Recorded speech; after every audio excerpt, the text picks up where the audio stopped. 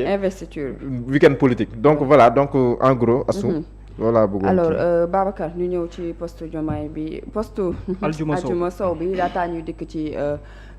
poste bi nga xam ne aussi le ministre Moussa Balla Fofana daal na koy def. waaw boobu dina mais bon xam nga man soxnaast bu may déglu démb Amadou Ba mais bien avant fekk aussi ma lire Aldiouma Sow. Je me suis dit que ni Aldiouma Sow ci posture gi mu nekk mooy une personne boo xam ne ni dafay montrer catégoriquement détachement am ak Pastef ci wàllu doxalinam son président de parti. mais ki nga xam ne mu ngi cherche ci benn rapprochement boo xam ne bëgg na ko confirmer ak le président de la république mais bëgg ko également aussi tegal wala tamponner benn loyauté boo xam ne foo ko natt daanaka weesu na ko mais ci benn analyse boo xamante ni da nga koy def mooy da ngay toog nga seetaan démb Amadou Ba moom mi nga xamante ni ci benn temps la dund lu mel nii moo mën a toog publiquement pour exprimer aux yeux des Sénégalais ak ci seen ay nopp xamal leen ne dafa am lu ko métti. ba ci biir ay kàddum da nga koy seet parce que dem boo xoolee baax entretien bu émouvant la def aussi. à un certain moment les propos les souvenirs après nga dem tegaat ci les images en fait forcément dafay attirer attention sénégalais yi mais si c'est Amadou Ba mi en dire lui ci quelques mois moom mën a am ce pressentiment là compte tenu de la situation actuelle ak envers le président de la République ak certaines personnes derrière lui yi jàpp ne ñoo gën a am légitimité pour wax ci moom lan moo war a nekkul le sentiment de Ousmane Sonko. moom mi nga xam ne plusieurs années moom moo am lu mu subir ba pare jàppoon ne c'était bien fait wala lépp lu mu am c'était bien par rapport au choix bi nga xam ne opéré na ko pour 2024. xam nga d'habitude man Aldiouma Sow je n'ai rien contre lui de mais dama gëm ne Aldiouma Sow li mu def loolu cëggal guyam la nit ki mën nga am sa responsabilité bopp nga wane ko mu nekk une position bu tegu mais il faut pas nous duper pour l'histoire c'est-à-dire la vraie histoire dafa am loo xam ne daanaka lu fiy jaar moom lay nekk. xam nga lu tax parfois mooy am ak moom peut-être problème par rapport aw ma problème ak moom ci position yi muy jël ni mu koy waxee loolu cëggal guyam la ça l'appartient am na ci plein droit am mais quel que soit nit ki posture gu mënti am ak loo mënti nekk di wax ce qu'a dit l'histoire en vérité nañ koy teg ci table yi ñu bàyyi ko fa nañuy affirmer wu par rapport suñu ay position wala suñu ay gëm-gëm amul problème mais li histoire bi wax ak li histoire bi bind réalité bi nañ ko fay teg. bu dee ne dañuy delluwaat ci 2022 xam nga Mouhamed mu ngi koy wax sànq mais liste 2022 yi nañ ma wax liste titulaire bu njëkk ba kan moo ci nekkoon ci liste boobu noonu ku ne woon biir Pastef ba avant ñu ne liste titulaire bi moom moo am problème ñu ne dem nañ donc ci liste ñi nga xam ñoo nekkoon suppléants yi la woon. à part Ousmane Sonko mi nekkoon tête de liste. à part Ousmane Sonko mi nekkoon tête de liste. le second sur la liste. de Pastef appartenant à Pastef c'était Bassirou Diomaye Faye. unique personne daanaka. boo ko xool dixième ou onzième position. dixième presque. après topp si Yacine Fall. Yacine Fall. à part ñoom ñett ñooñu noonu wax ma ci biir Pastef kan moo fa nekkoon ku tax ñëw. c'est-à-dire fi Pastef amee woon chance ba mën a am sax peut-être électorat bu koy may ne Assemblée nationale dina pare ni nit xam lan la parce que suppléants yi ñoo demoon. ndax dañoo jëloon ci liste titulaire yi ñu bare ñi nga xam ne allié woon la ñu ne c'est comme c'était la coalition Diomaye ñëpp naanaka na ñëw rangsale leen ci liste bi derrière Ousmane Sonko ñu nekk fa parce que ay alliés woon lañ te ñun ñoo defandooroon campagne mais suppléants yi ci lañ xamee ne Pastef daanaka la majorité boo koy xool ci wàllum campagne et tout moo ko doon dox moo tax boo demee ci suppléants yi Pastef amoon fa lam fa amoon loolu moo ko may également aussi que ci biir groupe parlementaire bi Pastef amoon doole bi mu am même bi waa takku wàllu génnee seen bopp ñoom seen ñi bopp ñu amoon lu ñu am au nom de Pastef seulement mu nekkoon groupe parlementaire boo xam ne mën naa possible te l'ancien ministre bu jëm ci wàllum énergie jiite woon ko Birame Souleye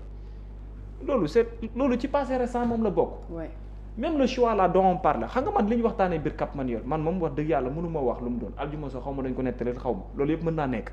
mais dama ne ce qu'a dit l'histoire ak ce que montre l'histoire nous qui étions sur le terrain mais yow kañ nga mën a am xel ñaar yow ci biir campagne bi weesu nii ak ci biir collecte bi jëm ci wàllu mbir yi nga ne ñii waa Pastef ñu ngi œuvrer pour contre la candidature du président Bassirou Diomaye Faye maanaam ci procédure bi yëpp kañ nga ko mën a wax. comme Amadou Ba l'a vécu avec la paire. moom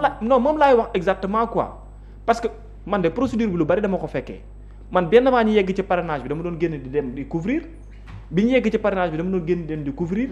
même bi nga xamante ni ñu ngi nekk ci biir campagne bi dafa bokkoon ci couverture bi nga xam ne yaa ngi koy def. te bien avant loolu y a une stratégie boo xam ne bu ñu tegoon en place la te yow xamul nga ni lii stratégie bu ñu teg en place la parce que rien que le fait nga initier plusieurs candidatures à la fois ñi ñëpp xam nañ loolu c'est pas possible mënul jàll parce que Pastef n'avait besoin que d'un seul candidat mais il a fallu orchestrer benn stratégie boo xam ne moo la mën a permettre nga yegg ci finalité boobu noonu et puis Amadou Ba il s'est expliqué le choix de faire benn parrainage citoyen c'était pour faire quoi exactement parce que moom jàpp na ne moom en personne décision boobu aussi ñoom bokk na ci ñi ko def. parce que Bassirou Diomaye Diakhar Faye ñu bare xamuñu ko soo jëlee parrainage yu député yi jox ko mais boo demee ci Sénégalais aussi ñi ko war a voté léegi nan lañ koy xamee commençant d'abord par parrainage citoyen pour expliquer leen kii mooy diw sàngam mais su jàllee ce serait beaucoup plus facile. Et tout le monde daanaka boo koy xool baax dañu ne woon c'est pas man bi Amadou Ba ñëwee def déclaration ne candidature Bassirou Diomaye Diakhar Faye deuxième tour la jàll mais ñu bare gëmuñu ko woon compte tenu de la popularité du parti Pastef ak li ñu ne bloqué nañ ko ci parrainage ak Pastef bi mu dooree parrainage ci la parrainage doo ko yëngatu au niveau national. parce que ñu bari ñu doon dem di defi ji parrainage li ñu daan wax ci presse bi xam la na waa Pastef bàyyi parrainage pour su ko defee nii ñu mën a am seen parrainage bopp parce que à l'époque choix wu candidat bi gars yi ñoom tracé gu ñu woon carrément pour mu leer ñu mën a xam kan mooy nekk ji candidat wala kan moo war a wuti ji parrainage bi wala parrainage bële il a fallu que fichier 111 bi génn pour ñu doog a am une activation carrément ci ce que l'on appelait parrainage à l'époque mais lii yëpp histoire la boo xam ne fii la ñu fekk ñun on l'a vécu on sait exactement ce qu'il en est aujourd'hui nag on peut arriver à un certain moment boo xam ne tu peux avoir tes positions dans une situation donnée envers quelqu'un mais ne nous raconte pas n'importe quoi. Parce qu'en vérité man ba dama jàpp ne bu dara lul dara c'est par rapport ak histoire la ak leneen moom lay doon mais lii xew nii déjà ça se comprend parce que tey boo liiree Amadou Ba nga am ngandum maamu déception am na aussi également lu ko métti mais amertume boobu noonu ça se comprend yaa ngi imaginer soxna Astou nga demoon bay bëgg a tay la sa bakkan pas pour nit mais pour quelque chose mais nga dem ba nga am ràññeet la que ne quelque chose boobu nga bëggoon koo defee mais fii la mujj fu contraire par rapport yow fi nga ko doon xaaree mais yaa ngi mën a comprendre aujourd'hui palais de la République ñenn ñi nekkoon ci nguur gi weesu ak ni ñu doon guerre ak ñoom mën faa am place te yéen ñi nga xam ne tey yéen a doon guerre mënoo leen faa am place c'est-à-dire pour man pressentiment bi yëpp daanaka lu ci ëpp foofu lañ ko gën a war a mën a nattee loolu nag ça se comprend à un certain moment mooy lan ay nit war ngeen mën a ànd ba mu yàgg à un certain moment mënatu leen ànd parce que mënatu leen déggoo xam nga loolu lépp mën nañu ko comprendre moo tax démb ci benn poste maa ngi naan nit mën nga am posture bii nga am posture bële parce que en politique lu bare bari mën na am ma ne baatu traître par rapport ak baatu loyauté ñu bare bari mën nañ ko ama bu la neexee nga ne parti politique bi man maay xool damay continuer am loyauté boobu ci parti politique bi tout comme également mën naa jékki ba mu neex ma man ci sama posture politique ma ne nangam bi maa ko gëmatuma ko su neexee nit ki mën a la traître nga yow ban gëm-gëm moom ngay am jëm ci wàllu googu noonu da ngay jàpp ne yow ligne continuité bi nga Moussa Balla Fofana dinañ ci ñëw du gis nga postam daanaka boo xoolee ni mu ko conclure ba ne moom moo motivé mu jël décision actuellement pour génn biir Pastef la c'est-à-dire toutes ces choses là boo ko xoolee dafa am loo xam ne daanaka moom la nit ku ne di jàppee ne mën na ko expliquer wu mais li histoire bi wax bàyyi ko fi bu ko laal c'est-à-dire ne cherchons pas dañuy jéem a divertir que ne en vérité histoire sax waxul lii la wax parce que su boobaa déjà balaa dara di xew yaa ngi décrédibiliser sa bopp ndax li nekk dëgg nit ñi fekkee nañ ko te xam nañ moom moo nekk lan mais nag posture bi dafay nekk loo xam ne parfois lu ñu baaxoo di gis la pour nos hommes politiques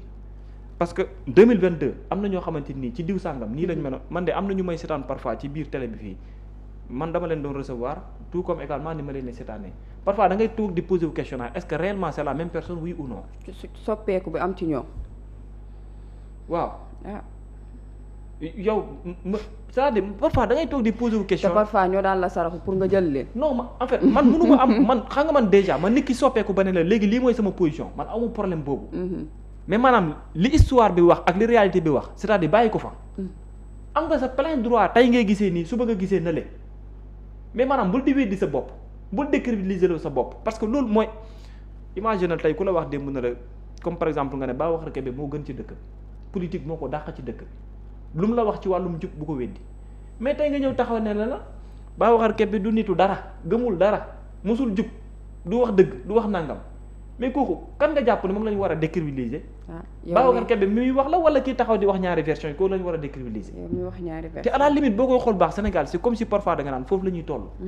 et tout ça parfois li koy faral di gën a orchestré wala li koy faral di gën a waral c'est parce que dafay am benn privilège wala mbir yoo xamante ni mooy taxaw la nit ñi mën a am posture yu mel noonu. et ce qui est malheureux dans ce sens là mooy parfois li ñu ciy bëgg a boole waale mooy dañuy bëgg a gëmloo Sénégalais par la force que ne li ñuy wax demeewul ne nii la demee te pourtant en vérité